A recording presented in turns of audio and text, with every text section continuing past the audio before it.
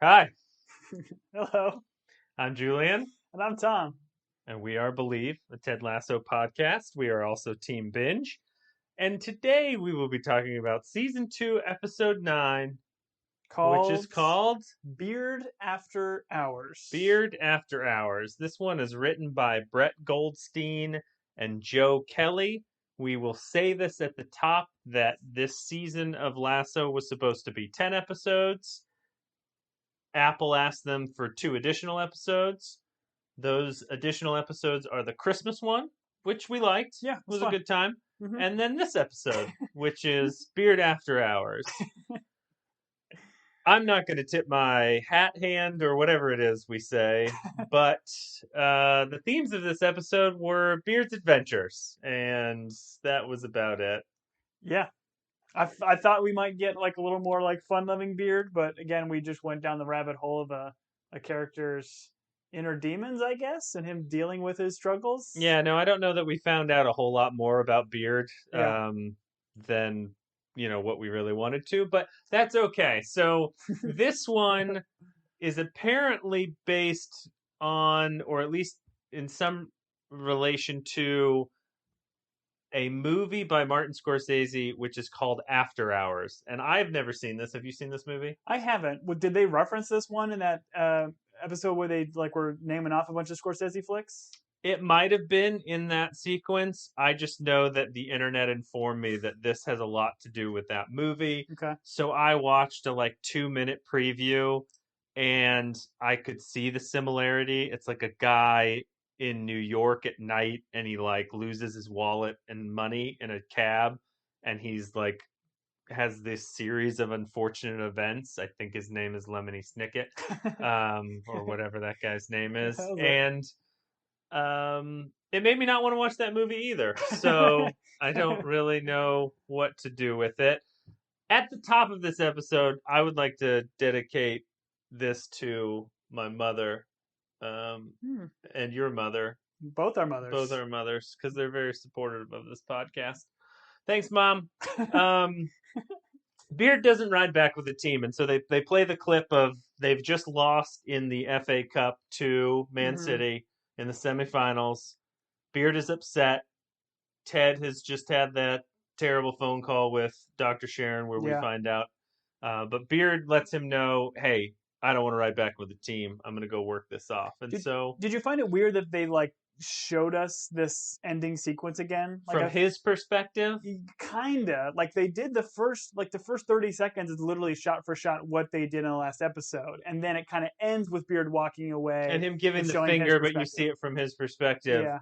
I did not think it was weird, but I did not think I needed a reminder of how the Yeah. episode previously ended. Yeah, especially like these kind of shows where people are binging it because well, I think actually I take that back because this is being released at least this year episodically, but it just didn't seem like it was necessary. Like we already kind of knew Beard was going on his adventure, so Right, that was not my big issue with this episode, Tom. wasn't that?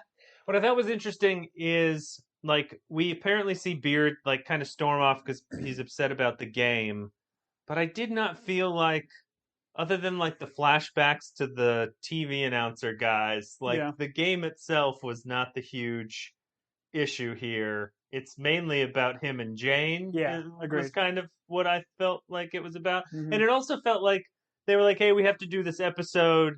Who's busy being an actor on other things? So who's left to do this one? Yeah, And it was like, Brendan Hunt's available. Cool. yeah, Like, everyone loves Beard. We'll do. Like, this is not the Beard that I wanted. And maybe yeah. that's, it's their show. They can do what they want. And I'm not going to complain this whole episode, but I just did not. Like, this is not the information I wanted about Beard. Yeah, I wanted like when we kind of found out they were doing a Beard centric episode, we figured like he's just such a unique, interesting character. We Right. wanted to see him just living the nightlife, just being himself or be whatever. But like Or do him, some flashbacks of like his past experiences, yeah, because there's so many things references. He dated an Oxford professor, like he dated an Oxford professor. I don't remember the other facts about him. He was a chess champ, yeah. all these things. Like, give us some of that, Beard. But you know Yeah, it was an odd choice, and maybe it's just like the writers was Goldstein or is it Joe Kelly, that the other writer that did this? Yeah, Like I I can, I guess, at least applaud them taking a risk and trying to do something unique and not the same, but at the same time, like what we've already talked about with this season is they're kind of they're not having, I think, as much fun as we had with the first season. Like there's still some comedy in it, but like the roads they go down, like the big jumps they do with characters, it's just not as entertaining as I think the first season has been. sure. And I'm never a fan of, like, especially you said Apple was the one that said, "Hey, give us 2 more episodes so we can make more money off it." I'm assuming like that's never going to be a recipe for success when they have to write these stuffs like after they've already filmed it. Sure.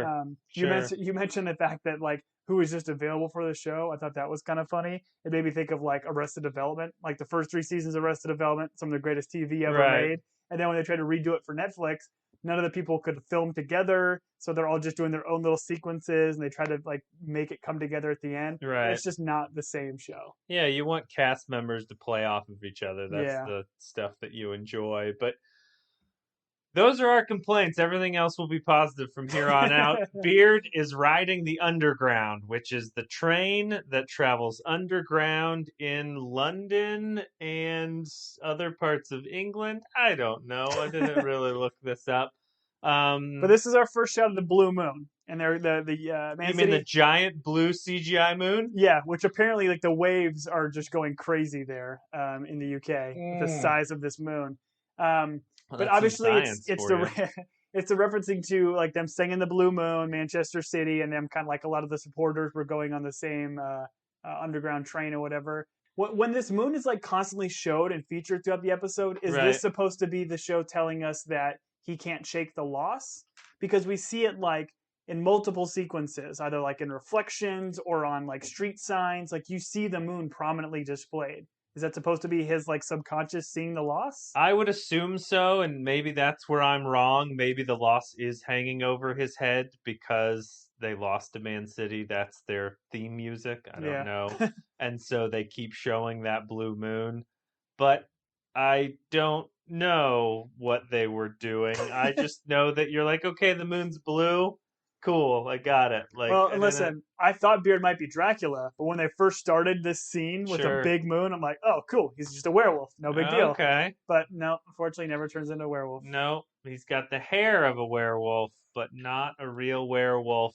Tom, have you ever ridden on the underground? I've ridden on some mass transits, like I'm thinking like San Francisco, but that is not under the ground. Okay, so I've ridden the underground. We call it the undie when you're in London, I thought that's and for Australia. it might be, I don't remember. And here is my story about the underground is I've ridden on it, but also when I was a young man, I had boxers that had the map of the underground printed on them. Okay. And I had these probably when I was like 12 because my mother went on a trip and that was the souvenir she brought back for me. World She's like, travelers. hey, here's some boxer shorts. Here's why I remember these shorts so well, Tom. They had all the stations on them and, the map of so you could, pull your pants down and find out where you needed to go in Yeah, London. for sure. But mainly, I remember getting a very aggressive wedgie from my cousin during a family reunion, and him being like, "Is this a map? What is on your boxer shorts?" And then me crying for the rest of the afternoon because I was so embarrassed. So he So, ripped them out, and then he could see them out. Your map was exposed, yes, my map was exposed, among other and things. he was a jerk. And this is something I should probably go to therapy on. But this is why we're here. Yeah. So the theme song. Oh, and so while he's sitting on the bus, mean mugging people, and like Mm, people are getting on and off, they play the theme song. It is not the same theme song. It is a version of the theme hmm. song. I looked it up. It's done by a guy named Jeff Tweedy, who is the lead singer of a band called Wilco. I don't know any of their stuff. I actually liked the version. I thought it was a cool sound, It but was when I saw that name and I looked it up because it seemed familiar, like especially Wilco, and he was the same guy that performed at the Unity concert in Parks and Rec when Andy Dwyer or whatever. Chris Pratt's character, Sure. was like super excited to like see him and like got to jam with him on stage. He was that guy with a big beard, little heavier set with long hair. That's the same guy. Oh, really? That's Okay. Jeff Tweedy. This wasn't. So this is not the guy that performed 10,000 Candles in the Wind for when little Sebastian died. I think he does. He's on stage at the Unity concert with all of them singing it. That's the concert, He's though. It's when yes, little Sebastian dies. yeah. Bye bye, little Sebastian. Oh, man. Well, no, maybe no. See, now I'm gonna get internet letters. I think they sung a song at the end. I don't know if it was. No, now the more I think of it, didn't they have like a CGI version of Little Sebastian up there? I don't know. Now we're going to I don't know. Parks and Rec. It's tough for me to it's tough for me to think about little Sebastian without crying. He opens up a beer when he gets home, and he's drinking it, and it's better to not drink alone. So we do the quick transition, and we find him in the pub Yep. talking with our favorite publican, May. Can I say though, before we jump, like when he goes to his home, like is it like comical set of keys that he has for his door that literally is just like two little prongs on the key? It's like a long brass key that he puts in, or is that like like a UK thing? Do you mean the keys that look like they're part of the Pirates of the Caribbean, and the dog has them in his mouth, and the guys are trying to get it back with the bone? I didn't have any issue with the keys, Tom. They looked like modern, normal keys that no one could forge or didn't go to an old castle door.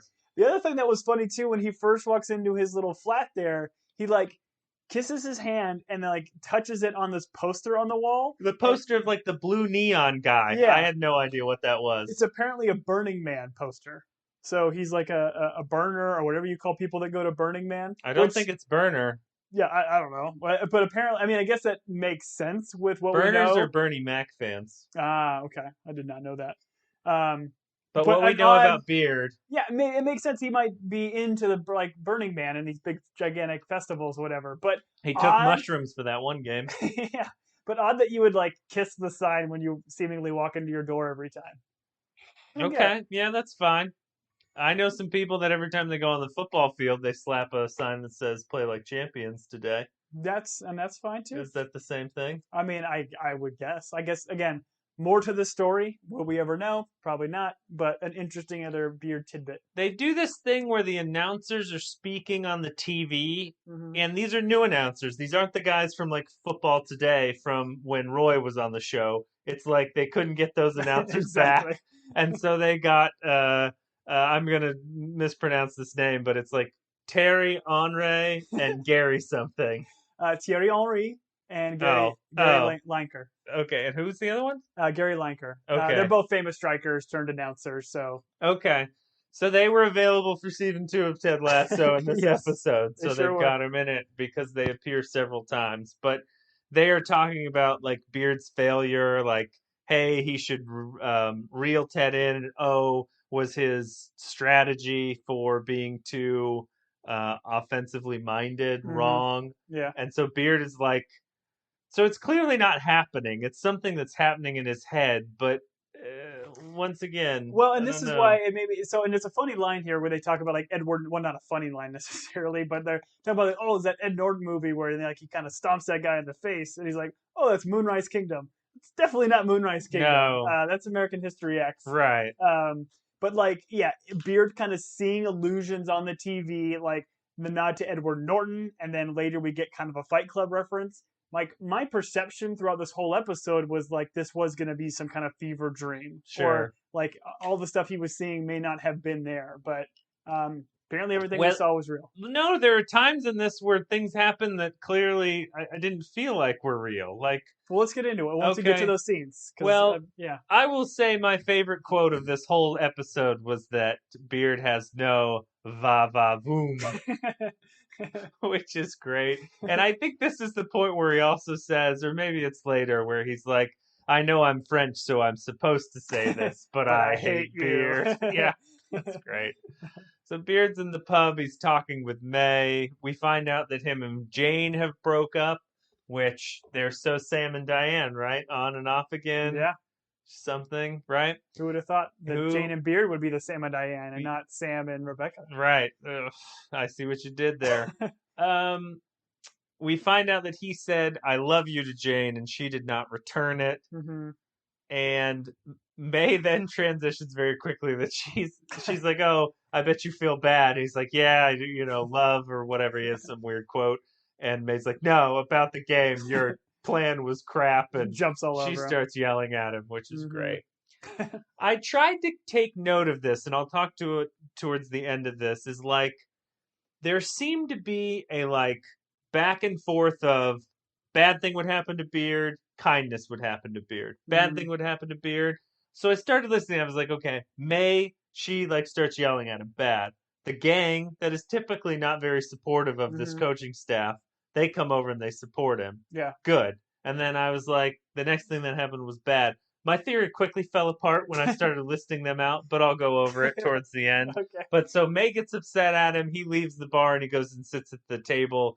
And he's texting Jane, and she wants to see him, but he's like, "Listen, I don't want to keep doing this. I'd rather just break it off Mm-hmm. if you don't love me back." Well, he doesn't send that, right? He's Oh, he's typing it. typing that. He's That's typing it right. out. He's getting ready to send it, but he never officially kind of pushes it out. And he drops his comically castle key Yeah. on the ground, which prompts the pub crew to come by and give him back his key. Mm-hmm. And this key returning, did you notice it happened like Constantly. constantly through the episode?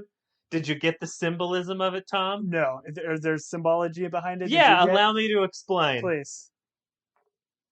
I don't have any idea. Someone write me and tell me what was going I feel on. like maybe we needed to see that movie, the Almost Famous or whatever it's called. Yeah, After Almost Hours. Famous, the classic Kate Hudson about Stillwater, the band. Yes, you're right. Almost Famous, the Cameron Crowe vehicle.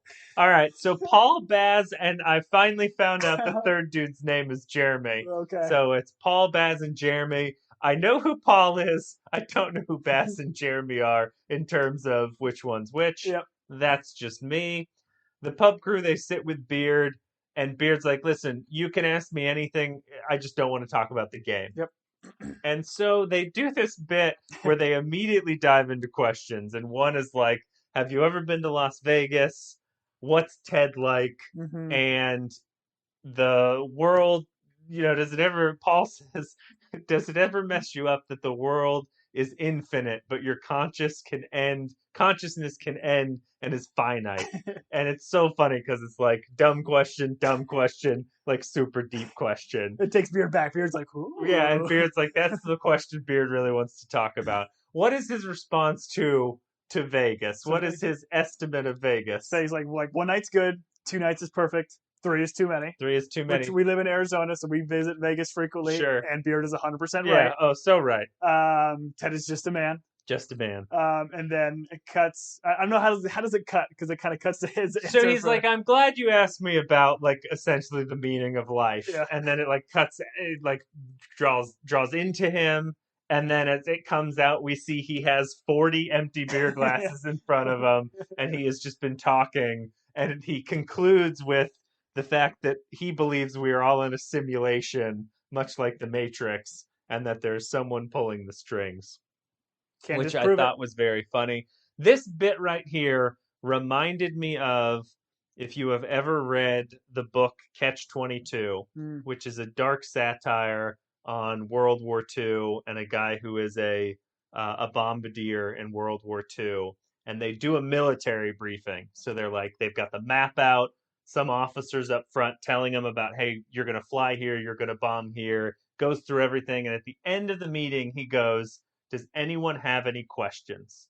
He does not give the qualifier of, "Does anyone have any questions about the mission or about what I've been talking about?" He says, "Does anyone have any questions?" And so the people in the crowd just start firing off questions. And they're like, "Who's Spain? What's Hitler? What happened to the old man I used to call Poppy when the merry-go-round broke down? Whatever happened to the snow dens of yesteryear?" So anytime I've ever been in a meeting and someone is finished and they're like, "Does anyone have any questions?" In my mind, as you can tell, it's had a profound effect on me. I think to myself, I should just stand up and ask those 4 questions. And that's what this moment reminded me of. Have you ever done it before? No, I've never done it before. You gotta do it once. No, everyone will they'll throw you in the It's the like in a loony bin. podcast. Like you give like a random reference that maybe only one or two people listening to this And it's podcast worth it get, for them. and it's for them. It's Yeah. like the meaning of life. The answer? It's 42. I did one time sit in a meeting, and I just did Arrested Development quotes, and there was one guy in the corner who'd seen Arrested Development, and I was like, "Listen, I'm gonna show up in $4,000 pants. Come on!" And I kept doing that bit from Joe, and that guy was dying in the corner, and everyone else at the table thought I was insane. I That's no great. longer work that job anymore, so that's something.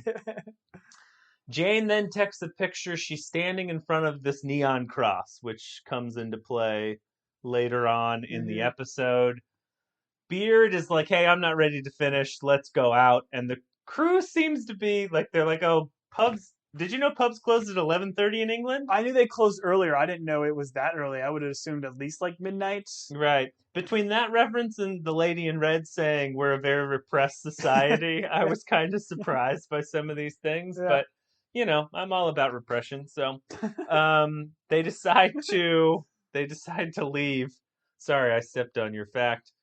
And they're gonna go to some place called like the Honey and Bone, Bones and honey. Bones and Honey. But what do they need, Tom, before they go? They need some sweet, sweet lost and found clothes from the bar. And I have to say, these clothes not only seem to fit these gentlemen pretty well, Yeah. but fit the swanky club that they're going to be going to. So Yeah. good on them. Tom, I'm going to say at some point in your life you're going to wear one of those hats. If you haven't already owned one, I think at some point you're going to wear one of those hats. I recently got, or my dad a couple years ago got into like the Kangol thing. Okay. So we've gotten him a handful of caps. Yours is going to be plaid, I'd not solid. I'd It's rock a plaid one. It feels like you might be getting that for Christmas, Tom. Okay. Give me some. I need some from golf one pants of your to go. close. I need golf pants to go. Yeah, they got to be matching. Same pattern. Yep. Oh, that has a name. It's like Argyle or something, right? It is Argyle. So then we meet the hostess, whose name is Sarah Coombs. Kaya Coombs. Kaya There's an Combs. M and a B in there that they say, but I can't pull off. She's very rude. I don't think I've ever been to a membership club before like this. Have you ever been to a membership club before? No, that seems silly. I've worn a members only jacket, but I've never been to the club where you have to wear said jacket into. That's a little jacket humor. Beard is doing this thing where he's like, "I'm sorry, what's your name?" Oh, and he like acts like he recognized her. And I was like, "Oh, okay, I'm going to say this. I feel like this was Brendan Hunt just flexing his comedy muscle. Like he was like, I've got a whole episode. I'm going to like pull out all the tricks and I'm just going to be like, I'm going to try and be charming and funny." And some of it was great. Yeah. Like I thought he was funny in moments. Other parts I was just like, okay. Yeah. So anyways, he's doing this thing with the hostess where he is like, "Hey, didn't you go to such and such Class one 2004 year?" or whatever. She's like, "No, I went to Winzac 2007. I don't think that's a real school, but whatever." Sure. She's like, "I went to Montana State 2007." And he's like, "Oh, sorry, you looked older," which is a great line. And I'm going to use that at some point in my life, and I will show you the shiner I get when said person punches me in the eye. They have some odd, like, back and forth. Like, at first, you think she's very upset, and then they stare at each other long enough. I'm like, wait, is she kind of into him now? Like, I don't know. I thought they weird knew vibes. each other. I was like, oh, maybe they do know each other. Yeah. But they do not. He is playing. There's a classic con man's game that everyone knows the name of, Tom, and they do it to her. Tell us about the con man's game that they play on her. The fire in the house? Yes, that's the one. The fire in the house. The classic fire in the house. It's like your refrigerator's running, but instead your house is on fire. That's the one, Tom. Man. Okay. Old con man Tom, they call you. Took me a while. So It's a jerky voice. American treasure. So they get her to leave because they make her think her place is on fire. She departs. I did think this was a funny bit. They're like, "Hey, act normal." They're the only people on the street. There's 4 of them. He's hiding behind Paul. Well, yeah, Paul is doing this thing where he's like rubbing on Beard. Beard flattens himself against the wall. Baz, or the other one, is dancing. He's just doing like the moonwalk. And then I don't know what Jeremy's like, "Hey, look, Orion's belt. Oh, right, that's right. He's pointing out constellations. He should have been like, look at that giant blue moon, Yeah. and really hit us over the head with that one. But they get on the so they sneak inside. They're on the elevator, and as they're riding down, someone says, "I'm kind of feeling sorry about Sarah Coombs or whatever her name is." Uh-huh. And he says something, and Beard says, "Tomorrow will be the most amazing day of Sarah Combs' life," meaning she's going to find out her apartment wasn't on fire. Did you catch this reference? Oh, 100%. Like, I even got it before he started talking because the music that's going on in the background is from Fight Club as well. Oh, is it? This is silly and stupid, but like I know it from like the DVD of Fight Club. When you leave it on just like the home screen, it's playing this music. It's kind Sure. of like, I don't know, it's a little like dinky whatever. But as he's saying the line about like, yeah, Raymond K. Essel, who's the clerk that they kind of threaten him, they take his ID, and it's all part of like Tyler Durden's grand plan to kind Sure. of get people on better paths. But Sure. love the reference. And again, this is what got me thinking like, okay, like they're doing some fever dream stuff. He's gonna like, when he sees a lady in red, I thought, okay, perfect. They're doing more Fight Club stuff. Right. Like Lady in Red is his Tyler Durden, but nope, not the case. Yeah, see, I wasn't aware, like, if this episode was just a lot of references to movies. Like, Right. we obviously both fans of Community. Something I felt like Community did at a certain point was just like, hey, we're going to do an episode, and we're going to base that episode on, like, a genre movie or a specific movie. And they did it really well. Like, it was great. Like, this one, once I found out it was about the Martin Scorsese movie, but then there are other references to other movies, like, and maybe at this point everything is a reference to everything, but this one, this stuff felt deliberate because he's literally stealing a line from Fight Club. What year did After Hours come out? The Scorsese? 85. Okay. 1985. 1985. Not okay. 2085. Because I feel like maybe some of these references, because like they kind of get, it's a lot like film noir, kind of like with like trumpety music as he's kind of walking, like old school detective kind of thing. Right. I feel like it's maybe like some of the references they're doing here are maybe just a little bit past our generation. Because like I was born in 85. Okay. So I think maybe I missed some of these. 1985. 1985. You were born in 1985. Yes, I am not a Dracula. Thank you for clarifying. Well, you could also have been born in 2085. And you're from the future, where Ted Lasso is in its 89th season. Nailed it. Got it. I got there. Trigonometry's hard. Trigonometry's hard. Beard's like, hey guys, you belong here. It's funny, he goes to like tell them something and they're not over his shoulder, so he has to like step back to them, which is a funny, just from like a real life like sound thing. Like oftentimes things in movies you're like, that's not how you have that conversation. You wouldn't be. Anyways. Yeah. So they start to strut. One of them takes Nick Mohammed's strut where he does that little like fist in the middle and elbows back and forth. I was like, okay, that's caught on from Nate the Great. That's cool.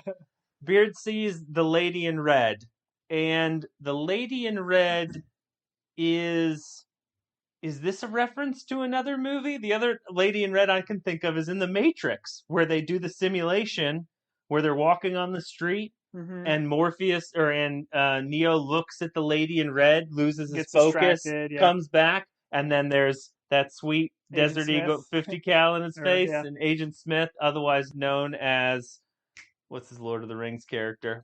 Hugo Weaving is his name. Elrond. There you go. Elrond Hubbard. That's the one. Oh, never mind. Go on. Maybe it's like, I mean, there's the famous song "Lady in Red." I think it's just more of like a generic. It's almost probably cliche-ish at this point. Where just kind of that lady in red is the distraction to protagonist. I guess. Okay. So you think it's just a general thing? They did it in the Dodgeball movie. What was she, like, Russian or whatever, that played with like the Cobra? Sure, yeah, with the unibrow. Yeah, and she comes on and like they play Lady in Red music in slow mo, like the nerdy guy on the Average Joe's is like staring at her. Justin Long, right? Isn't he? Or is no, it's the other one. It's the other guy from Grandma's Let me write this number down so that we can edit all this out. People love our references. We love Dodgeball. That lady was very beautiful. She actually is in real life. They did a lot of makeup in that. Well, I thought she was beautiful in the movie, Tom. The bartender's like, "Hey, you want your beer in a glass?" And Beard's like, "No." And there's this weird exchange. I was like, I don't understand. Like, what is he? Who's offended here? Like, the bartender seems offended. Beard seems put off. Beard is always getting his beers on tap in a glass. I didn't understand. Yeah, it was weird. I do. Yeah, I'm moving on. It was Okay. just weird. I Okay. agree. Thank you. That was the only nitpick I had on this episode. Was that exchange right That was there. it. So write that one down. The gang is now playing billiards or pool. I believe they call it billiards in the UK, It's more England, refined. or Great Britain. And we play pool here. Beard saves them by pretending to be a Oxford professor or something along those lines. Mm-hmm. And I really thought these guys were going to get found out. I thought they were going to be bad at pool. I Yep. thought a number of things were going to be happen here. None of those things happened. No. Beard flawlessly transitions to an Irish accent. And this is where I think Brendan Hunt was like, hey, I'm really good at an Irish accent. Yep. I would love to be in the next Emily Blunt, James Dorner movie about Ireland. And this was his audition tape. It seemed flawless. I mean, I'm sure a UK audience will have a better take on this, but it seemed really good from my ears. I don't think Ireland's a part of the UK. United Kingdom. We've gone over this multiple times. It's 4 different countries. Never heard of this before. All right. He pretends to be an Oxford Irish professor of economics and management. We have the 3 dude bro guys that are playing billiards against them. It reminded me of the. I'm going to continue to do this. Reference movies and not know what the reference is. What's the? How about them apples? Good Will Hunting. Oh, this reminded of you. Yeah. Good Will Hunting. Yeah. Is there a scene in Good Will Hunting where they're playing pool? Not very pool, but there's like the preppy jerk guys at the bar that are kind of being mean to them, like saying, "Oh, I'm going to get his number," and that's where he goes back and does the "I got her number." How about them apples? Oh, okay. I don't know that I know that movie all that well. I think I've seen it once, but it wouldn't surprise me that this weird episode about Beard referenced another movie that did it a little bit better, but that's okay.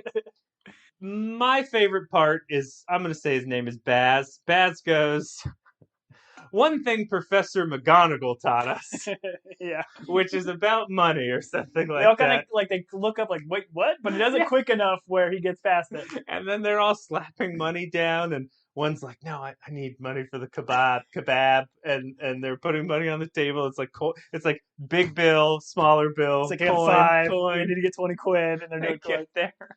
And Beard has this line where I think Paul says like economics or It was something. a trigonometry. Yeah, trigonometry. And Beard's like, we got there. We got that. That was great. So there were some funny moments during this. Yeah, absolutely. Yeah. I felt like I enjoyed that scene my second watch around more than my first one. Because my first one, I was a little bit stressed. I was like, these jackasses are we're gonna find out that they're just not gonna be able to pull this off and get thrown out. Yeah, they subvert a lot of stuff. I actually thought that they were gonna hustle. I thought the guys at the pub The rich guys. Oxford guys were gonna hustle them. No, I thought the other way around. I thought the rich pub or the pub guys that we know were gonna hustle them because like maybe there was a pool table in the pub that we've seen, the Anchor Sure. and Crown, and they were like gonna be pool hall junkies. But it ends up being like they're good, but the rich guys were terrible. But the rich guys were just more or less giving them all their money. Sure. And were super friendly. So I'm glad they all had a great time together. Yeah, what I enjoyed is that the gang was actually good at pool, which Yeah. I'm assuming the Anchor and Horn or Anchor and Crown, whatever the normal pub is called, there is a pool table there. Yeah. There's certainly a dartboard. This episode is brought to you by Amazon. Sometimes the most painful part of getting sick is the getting better part. Waiting on hold for an appointment, sitting in crowded waiting rooms, standing in line at the pharmacy, that's painful. Amazon One Medical and Amazon Pharmacy remove those painful parts of getting better with things like 24/7 virtual visits and prescriptions delivered to your door. Thanks to Amazon Pharmacy and Amazon One Medical, healthcare just got less painful.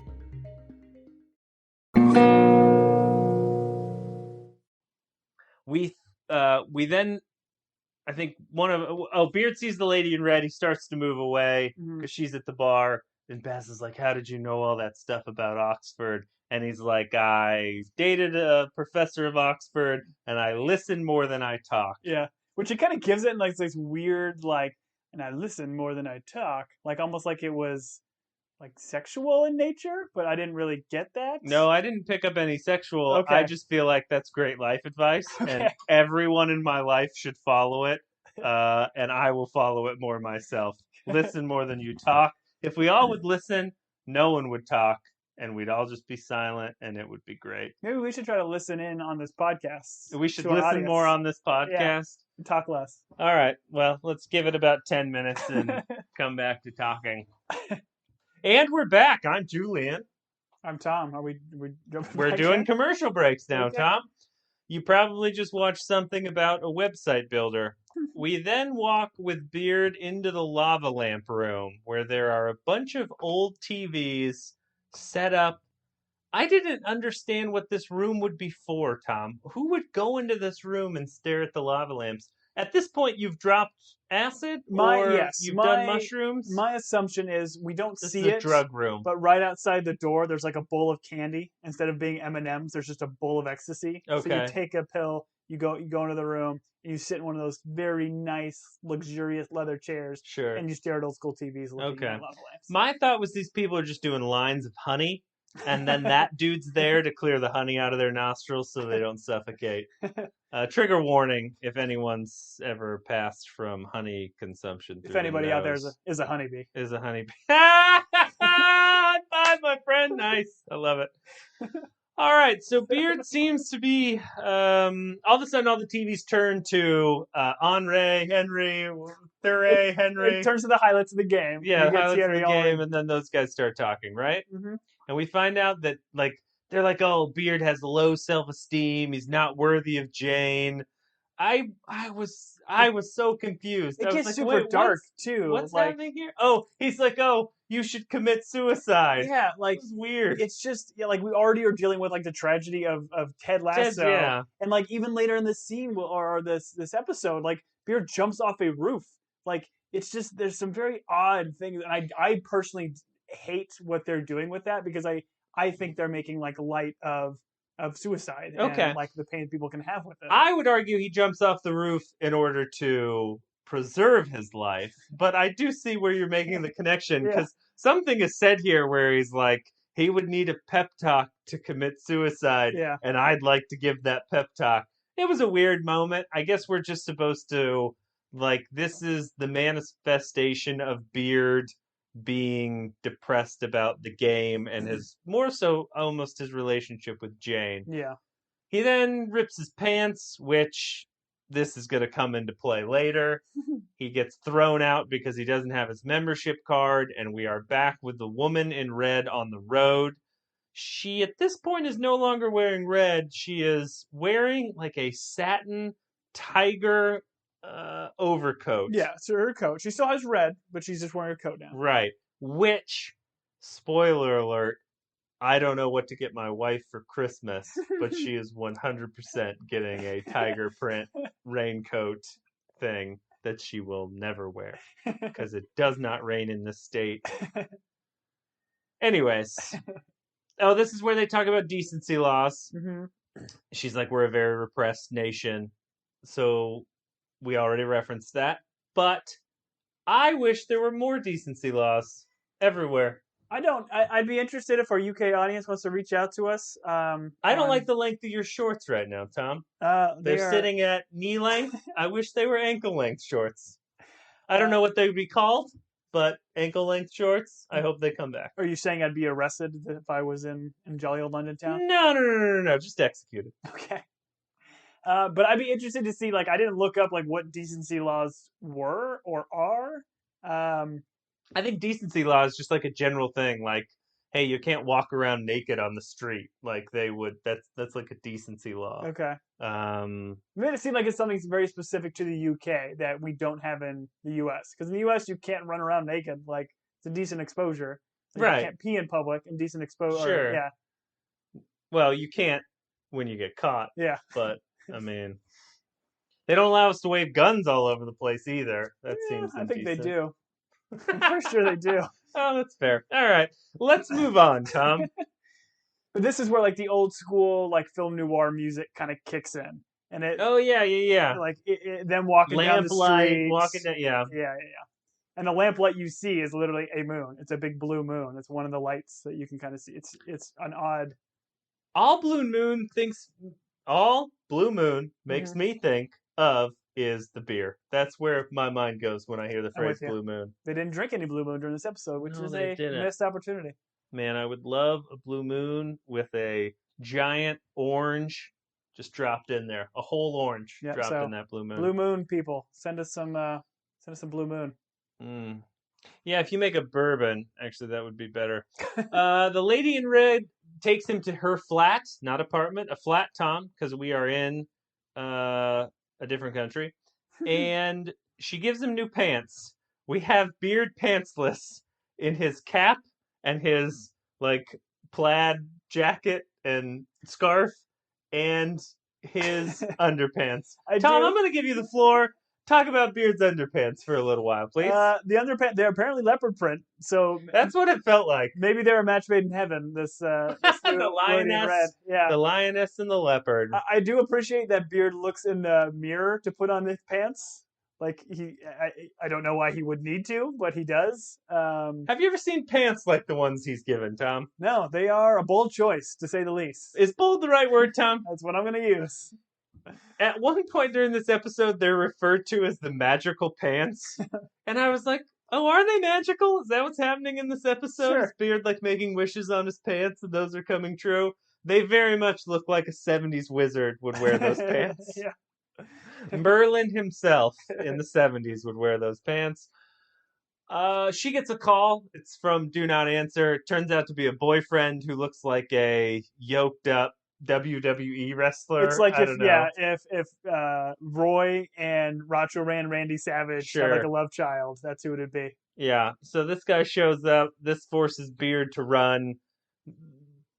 And so this was where my like good bad stuff, like where I was trying to keep track with Beard. I was like, hey, good. He ripped his pants. This nice lady offered to sew them and help him out. Okay.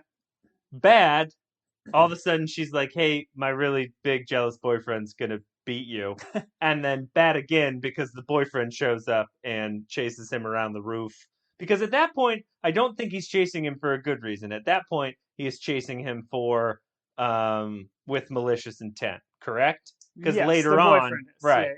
And this is where Beard jumps off the roof and lands in a dumpster. Mm-hmm. And this is a trope of movies that I just think to myself, I wish Mythbusters, when they were still going, would have tossed both themselves off of a roof. They did it. And then Mythbusters wouldn't be around because I don't think they live. I'm assuming they threw dummies, or did they themselves jump? I'm quite certain Mythbusters did this trope, and they threw the little dummy guys off of the thing. They should have, not that I have anything against those guys, but to really prove this theory, they should have jumped off themselves, and that probably would have been the end of the show. Well, the comedy bit. But I like that show, so I wouldn't want the show to end. I'm torn here, Tom.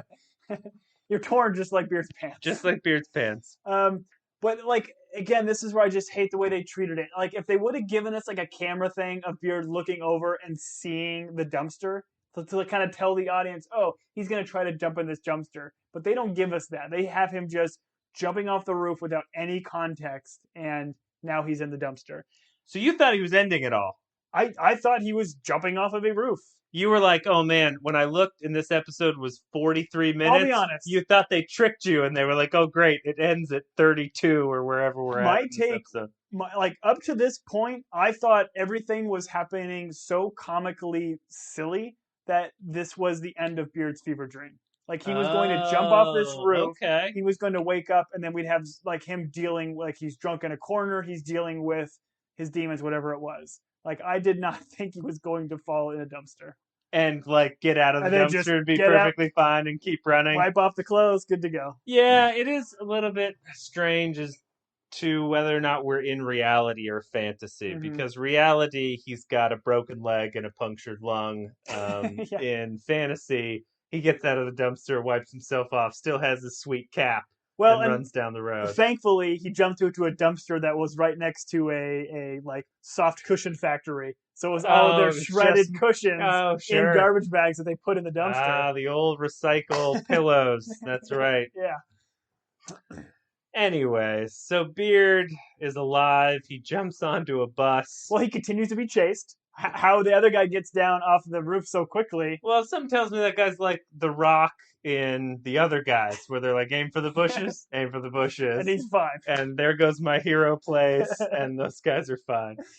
But like very movie cliche where it shows the bus, it shows them make eye contact, and then the bus goes by, and then Beard just disappears. Oh, yeah, the boyfriend is down there staring at him. Yeah, no, I'm with Bus you. goes by. It's like it's from Harry Potter. It's from like the Jason Bourne movies. Right. I'm sure Batman's done it at some point. Right. Very cliche. Yeah. It should be like the camera pans a little bit to the left and Beard is just like crouched behind something that's too small to hide him. Yeah. That would be better. The old lady on the bus rats him out. I'm sorry. Old is not a very good designator. The old hag on the bus rats him out, says he hasn't paid his toll. She uses some weird term. And so Beard discovers at that moment, plot point, Tom, he doesn't have his phone or his wallet. Yep. It's gone. Left it at the Lady in Red's house. So he leaves the bus, he walks into a nice hotel, and this clerk won't let him use the phone, won't let him use his phone. He's very suspicious. He goes into some very detailed things. It's like his phone has been taken before Yes. and used for nefarious reasons. I thought to myself, can't the clerk just call this guy a cab? London has cabs. It's not all Uber. My only thought, I agree. My only thought was like based off of Beard's dress. Did he think Beard was like a homeless person? I don't know, but this is pretty simple. Hey, I've got a guy here that needs a cab. I'm at such and such hotel. Yeah. Cab driver drives over. Beard's a homeless guy and he doesn't get in the cab.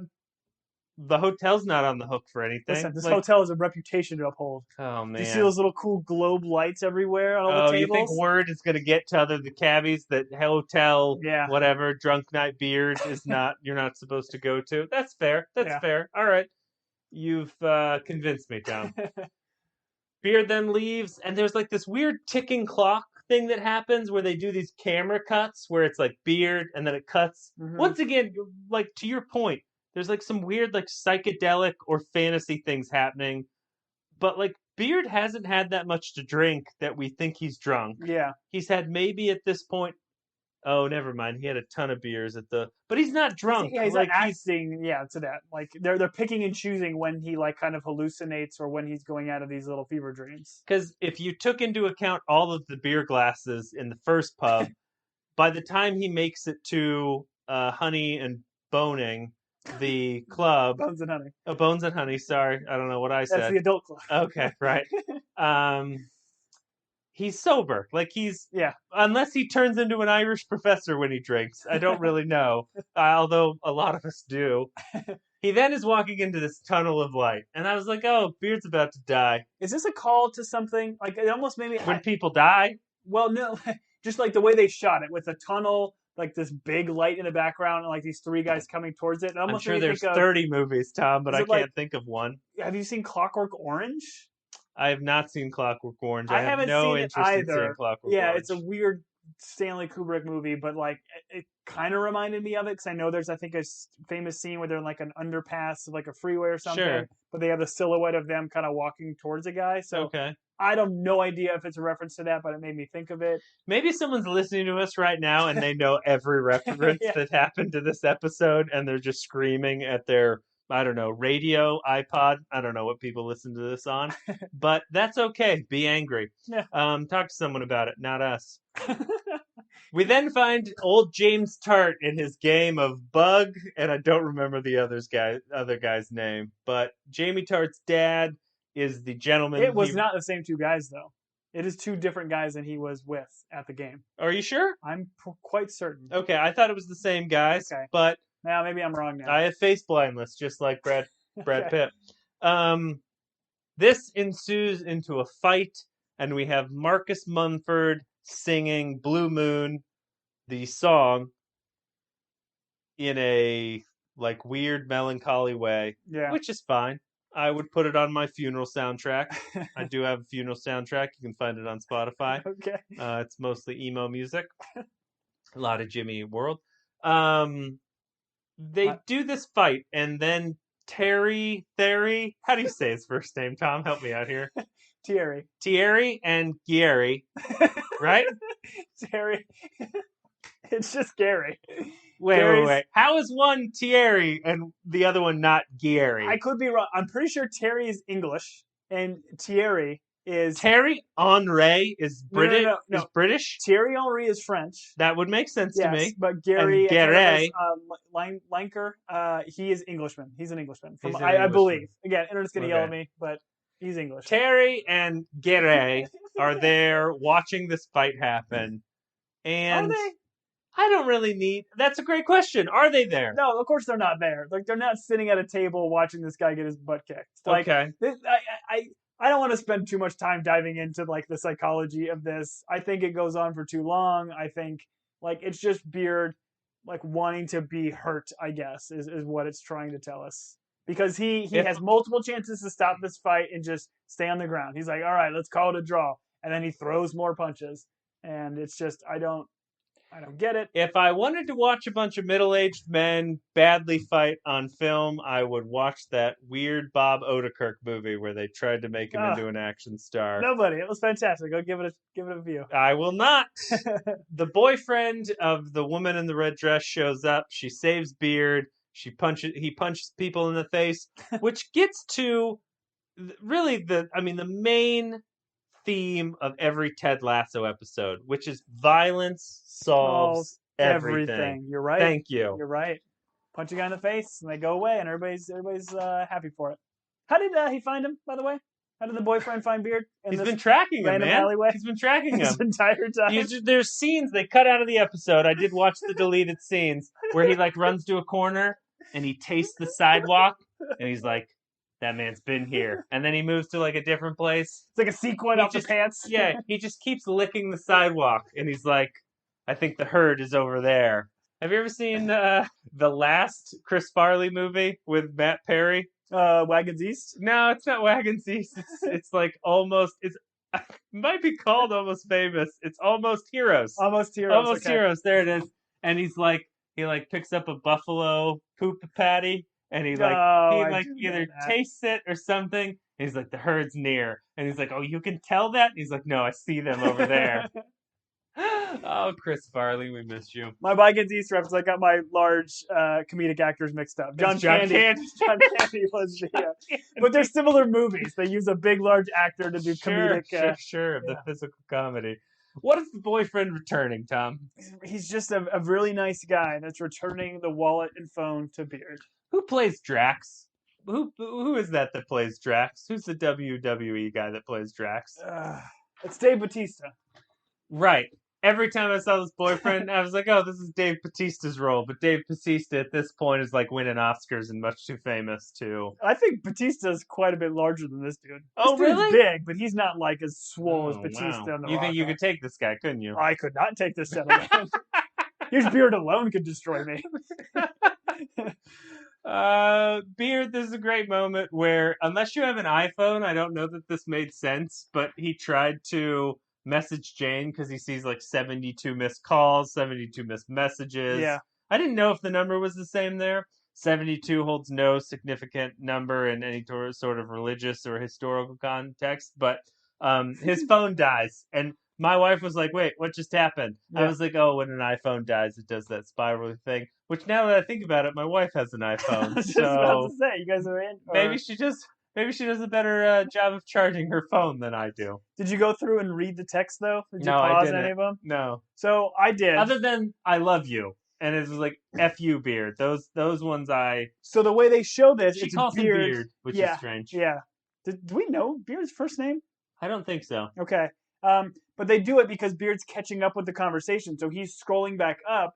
It stops on the audience where we could see where it's her saying like, I do love you, like I love you, sure. like I didn't say at that time for whatever reason, and then it's her going into like this long diatribe because he didn't respond right away, which I think it's like the general idea with text messaging, like if somebody sees a little arrow or that you read it, or like sure. if you don't get back to a text message right away, people get weirdly frustrated or angry with people because they don't respond, and that's what Jane does here.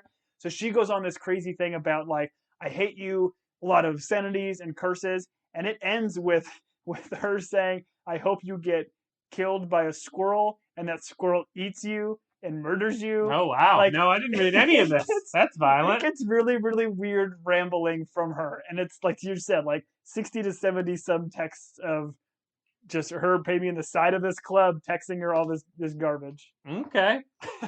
I did not read any of that. I'm glad you did. I'm not glad I did. Interesting. It was weird.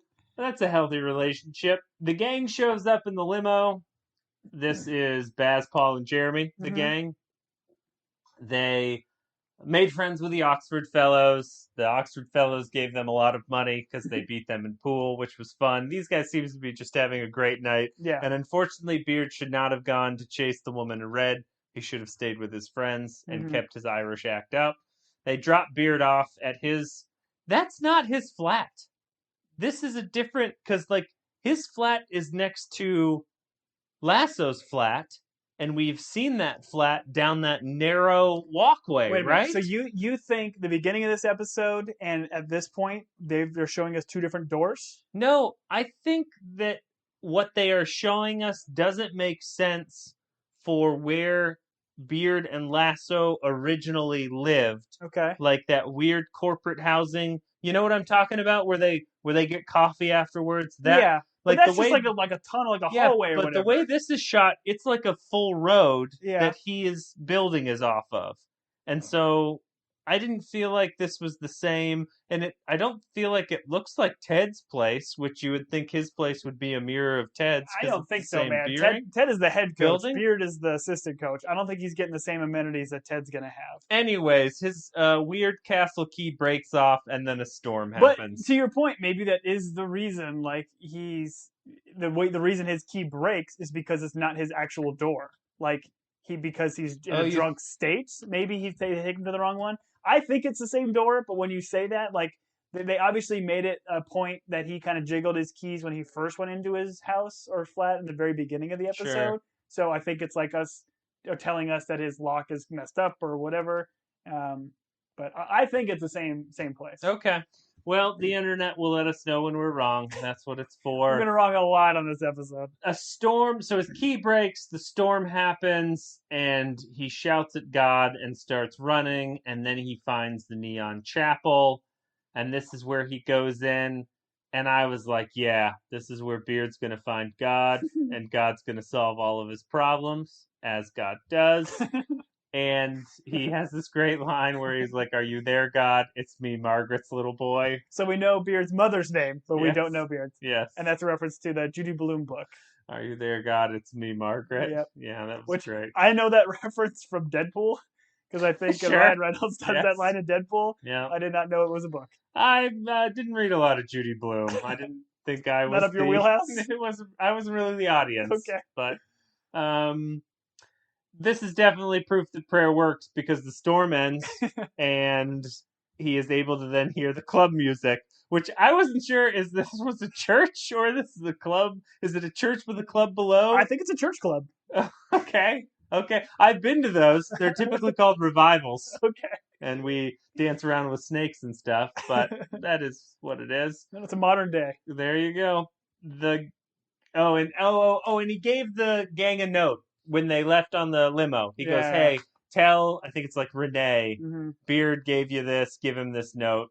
And then this is this funny, where they take the limo to a weird spot. We don't know where they're at. Yep. And once again, this is what's confusing, like, because I don't know these streets, so I got to be honest. When he took the underground in the beginning, I didn't realize he was taking the underground from Manchester City, well, wherever they played that. Oh, Wembley, yeah, Wembley Park, to Richmond. Then, so, anyways, but the gang goes and they find themselves at Nelson Road. Yeah, because a really super creepy tunnel. Yeah, with the old guy kind of taking him through, and then says Nelson Road, and they just, I'm with you. It's a fun sequence of them being able to run on. We've established that like they're seemingly friends with the coaches, and the coaches have never gotten them tickets or let them go to these games. And they watch all the games from the pub, so they're not there in person. Exactly. Even though they're super fans. Mm-hmm.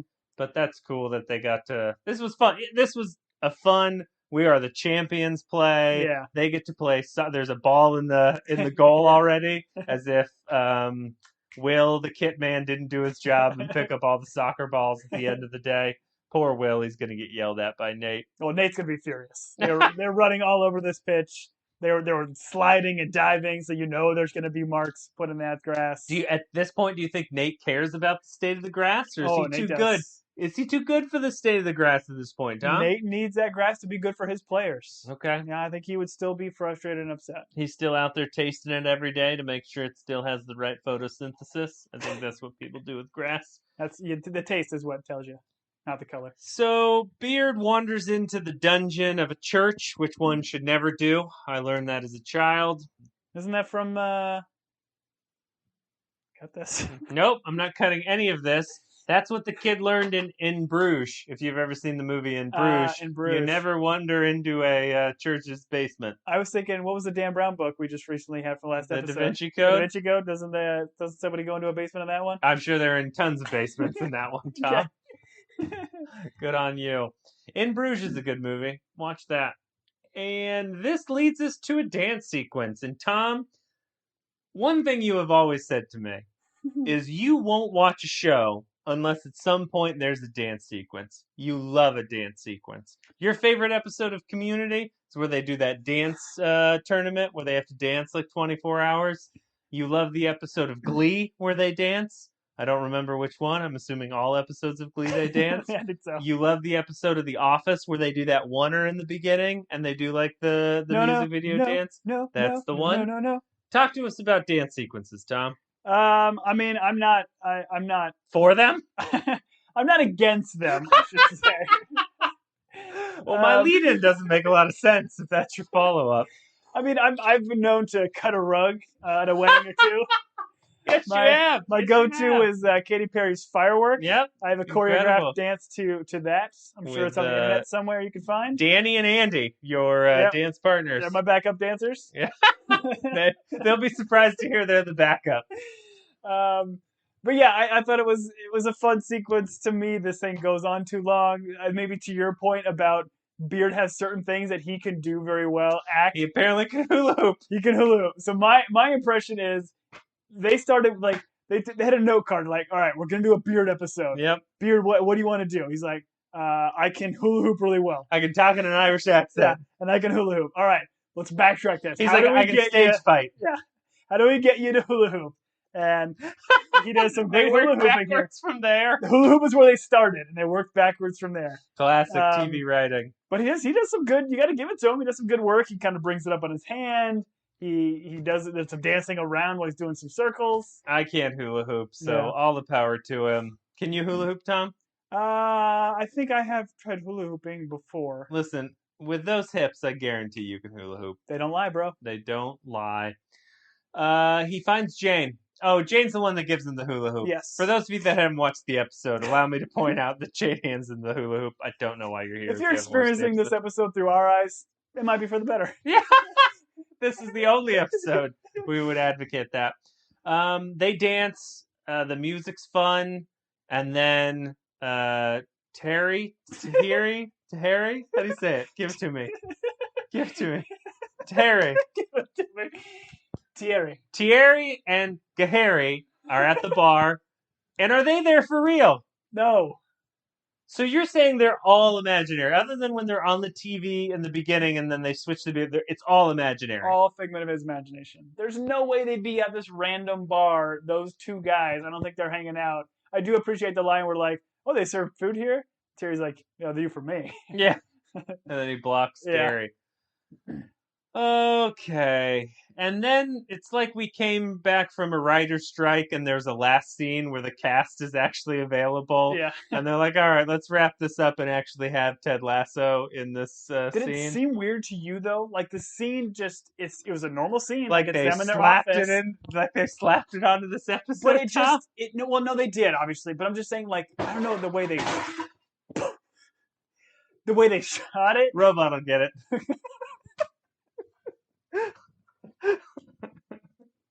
I kicked over a trash can. Robot will get it. I thought we were gonna cut it and edit it, but it is kind of Nah, funny. it's staying. But just like the way they shot it and everything, it just seemed odd. Like it didn't seem like Ted Lasso episode. Yeah, this is where I'm going to disagree with you. Felt natural. Did it? Everything about it was no, not Okay, at all. okay. It felt like it was slapped on at the Yeah. end. The coaching staff is there. Beard shows up with coffee. Oh, this is the kind of preamble in the beginning. Mhm. Ted's like, "Hey, remember, it's your turn to get coffee." He shows up. It's our boy Roy, Nate, and Ted. They're going to watch game film. They ask about Beard's face because clearly he's been beaten up by Jamie's dad and Yeah. a WWE wrestler. Must have just fallen off the bed. He thought, oh, that happens? Yeah, That's right. something that happens? That's great. They watched the game in fast motion with yakety sax playing, which is apparently the Benny Hill theme song. Do you remember the Benny Hill infomercials playing on television at all? Where it was like you could buy the Benny Hill VHS I tapes? do. Yeah. That is my only exposure to Benny Hill. Benny Hill, from what I can recall, was like a weird, misogynistic British comedian Yeah. where he was just like a dude chasing around beautiful women on the beach Mhm. while yakety sax plays. No offense to people that are Benny Hill fans, but didn't seem like great comedy to me. Yeah.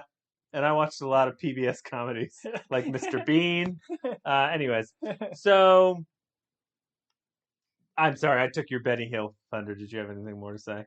I didn't even recap. I just went on it. Well, when you said yakety sax, like I didn't know that was the name of the song. Because I think when Ted mentions it, he says, "Oh, we're gonna put Benny Hill and put it on 10 times 10 speed." So when you had yakety sax, I didn't realize that was the jam. I'm assuming you have that on your iPod and listen to it on repeat. No, good sir. It's because I watched this thing in subtitles. And subtitles give you some clues. Okay. Like what language coaches are speaking. I owe you $5 What still. impressions, Ted's giving? Kermit the Frog. I've gotten a lot of... Thank you, everyone, who sent me the supportive feedback on my Kermit the Frog impression. I appreciate you. Thank you. I know Tom wasn't impressed, but there were a lot of people, tens of people, that were impressed with that. There is a large blue moon outside through this whole episode. Oh, what I do like about the scene is Beard just goes to sleep. Beard just he like puts sits his head back in down. his chair. He's got his pants on.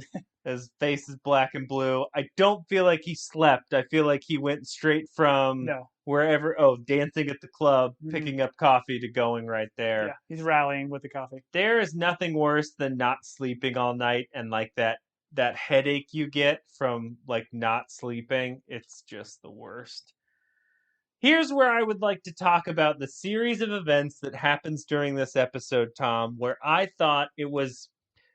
Okay, so the key being dropped is clearly a thing throughout the episode. Yeah. And what always happens is Beard drops the key, and some bystander, some stranger, someone he knows, always is like, hey, you dropped your key. So, like... Does that, like, then put him on a new journey or whatever? No, I think what it's showing... Here's where I decided to read into this rather surface level episode.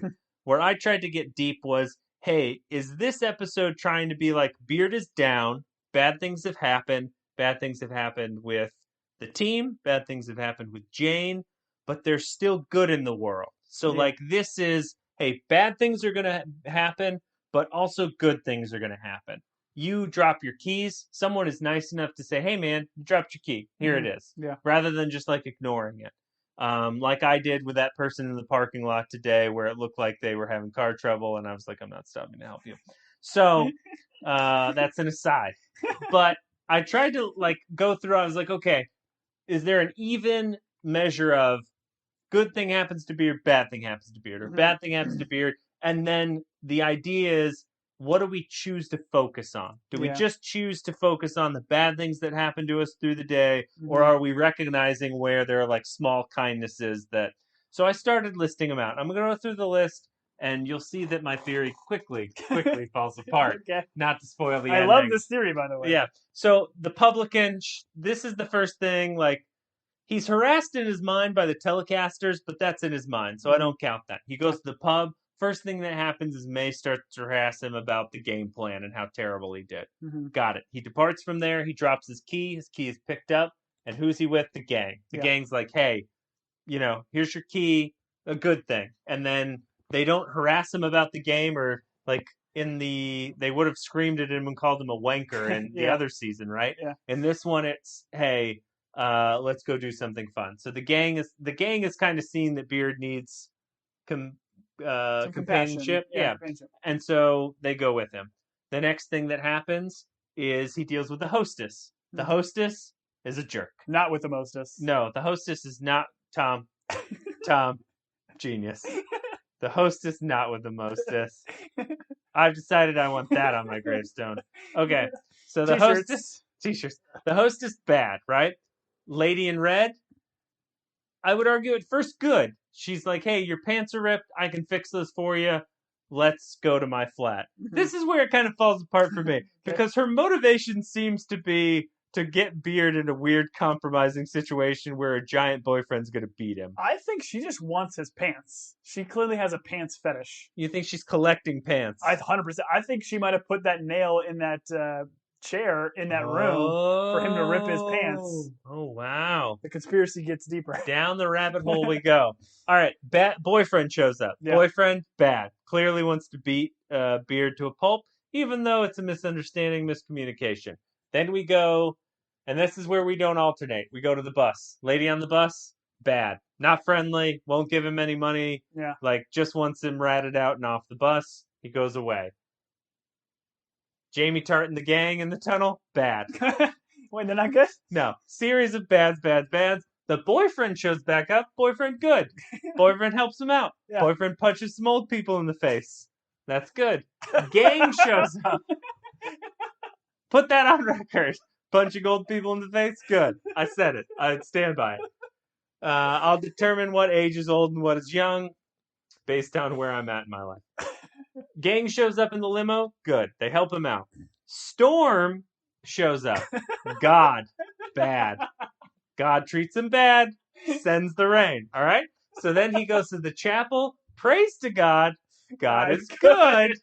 God sends him down to the basement where he finds Jane in the hula hoop and Hula hoop, good. Hula hoop, good. Jane, good. So that's where I tried to dig a little bit deeper into this episode. Once again, my theory falls apart where it's like bad. But I think it just comes down to every day in life you can determine, hey, this is like a crap day where everyone's against me, or you can kind of look at the small kindnesses that people do and appreciate that there is good in the world.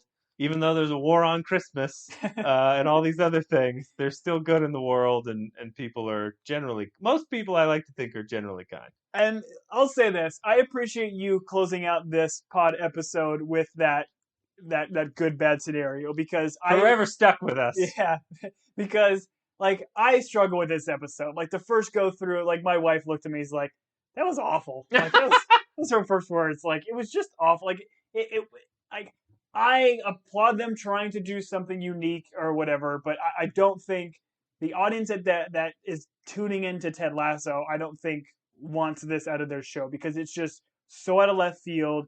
It's referencing too much stuff that I don't think the vast majority of their audience, I could be wrong, is getting. I would say the audience for this show is probably our age. Yeah. Or maybe a little older. To your point, like if the reference is a movie from 1985, that is maybe a reference for like the Brandon Hunts and the Jason Sudeikis of the world. Yeah. But not for our generation. Yeah. From what I can tell. Which was fine. And I think you can still do that and reference stuff and still have an enjoyable episode. Like the episode they did the rom-com. Like it was not our favorite episode, but it was a fun episode. And they referenced a bunch of some rom-coms and you didn't have to know every one of them, but you were still having fun with the episode. This one I wasn't having fun with it. Like they just moved to sequence and they're just tearing Beard apart and dealing with his inner demons as opposed to like allowing us to what we've established in season 1 is a fun-loving character, the cool yin and yang with his relationship with Ted. We don't get to really see or dive into that. We just get to see his really weird relationship with Jane. Like, Jane is clearly a bit off her rocker. Like, the text that she sends, the previous episodes we've seen, like, Jane is not necessarily, I don't think, like, a perfect match for Beard. But Beard is obviously infatuated by her and can't quit her. But I appreciate you bringing some context to this episode because I think that is right. Like, there's a lot of bad stuff that happens in this episode to Beer, but there is a lot of good stuff, and where you put your focus and where you put your energy, it determines your outlook, not just on like your day-to-day activities, but like your life. And if you choose to focus on those better things, you can have a more fulfilling and happy life. Sure. Yeah, if you look at the good stuff that happens and you focus on that, you will feel blessed. If you don't, you will typically feel sad and that everyone is against you. I'm interested to see where we go from here because having just suffered the loss, to your point from our last podcast, where the team is at, like in the championship league, like whether or not they're going to go back to the premier, whether or not that matters, like Yeah, all exactly. those things. And then also a big reveal in terms of Ted's personal life. His dad committed suicide. Mm-hmm. He's committed at this point to doing therapy. Mm-hmm. I feel like the sharing that he's done with Dr. Sharon lets us know that, hey, that's going to continue. Yeah. So I'm interested to see where they go from here. And the next time we get together, Tom, to talk about the show known as Ted Lasso Mm-hmm. will be for season 2, episode 10, 10. which there are 12 episodes in this season, Tom. So I'm stalling for your benefit right now, where we will be episode 10, and then we'll be episode 11. Okay. And then the finale will be episode 12. You stall a lot like I don't have an episode already ready to give you. So Tom at this point is confidently going to give us the name of episode 10 of season 2, which the season 2, episode 10 will be called Super Happy Fun Times. Super Happy Fun Times. Because I think we need a little bit more fun in this show. I could not agree less. I love sadness. I've been Julian. And I've been Tom. Please, if you have the time, feel free to reach out to us. If you have any questions, comments, concerns, we can find us at Twitter at Team Binge. You can also email us at teambingepodcast@gmail.com. Thank you again, as always, for joining us. We will see you for the next one.